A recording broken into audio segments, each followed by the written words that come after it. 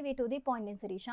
ఈసారి చలికాలంలో చలి ఎక్కువగా లేనప్పటికీ ఎండలు మాత్రం విపరీతంగా ఉండే అవకాశం ఉందని వాతావరణ శాఖ హెచ్చరించింది. ఫిబ్రవరిలోనే ఎండలు మండిపోతున్నాయి. ఉష్ణోగ్రతలు సాధారణంగా కంటే ఎక్కువగా నమోదవుతున్నాయి. ముఖ్యంగా మధ్యాహ్నం ఉష్ణోగ్రత అయితే బాగా పెరిగిపోతోంది. సాధారణం కంటే 3-4 డిగ్రీలు ఎక్కువగా ఉష్ణోగ్రతలు నమోదవుతున్నట్లు వాతావరణ శాఖ పేర్కొంది.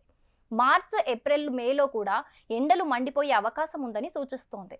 హైదరాబాద్లోని పలు ప్రాంతాల్లో గరిష్ట ఉష్ణోగ్రతలు నమోదయ్యాయి. మోండా మార్కెట్, సరూర్ నగర్లో గరిష్టంగా 36.3 డిగ్రీల ఉష్ణోగ్రత నమోదు కాగా బాలానగర్లో 35.9 ఉష్ణోగ్రత నమోదైంది. మధ్యాహ్నమే కాదు, రాత్రి కూడా ఉష్ణోగ్రతలు కూడా బాగా పెరుగుతున్నాయి. రాత్రి సమయంలో 20 నుంచి 21 డిగ్రీల మధ్య ఉష్ణోగ్రత అయితే నమోదవుతుంది. ప్రస్తుతం ఉష్ణోగ్రతలను బట్టి చూస్తే ఈసారి ఎండలు మండిపోయే అవకాశం ఉందని హైదరాబాద్ వాతావరణ శాఖ పేర్కొంది. ఫిబ్రవరిలోనే ఎండలు ఇంతగా ఉంటే మార్చ్, ఏప్రిల్, మేలో హైదరాబాద్ వాసులు చుక్కలు చూసే అవకాశం ఉంది. ఈసారి ఎండాకాలంలోనే లోక్సభ ఎన్నికలతో పాటు ఏపీ అసెంబ్లీ ఎన్నికలు కూడా నిర్వహించనున్నారు. దీంతో ఎండల్లో ఎలా తిరగాలి అని నేతలు భయపడుతున్నారట. ఇప్పుడే మూలకున్న కూలర్లను తీసి దుమ్ము దులిపి వాడటం మొదలు పెట్టేశారు అందరూ.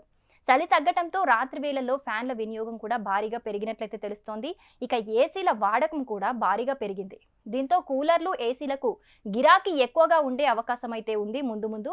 ఇక మరోవైపు ఉష్ణోగ్రతలు పెరుగుతూ ఉండటంతో విద్యుత్ వినియోగం క్రమంగా పెరుగుతోంది. దీంతో అధికారులు విద్యుత్ కొరత రాకుండా చర్యలైతే తీసుకుంటున్నారు.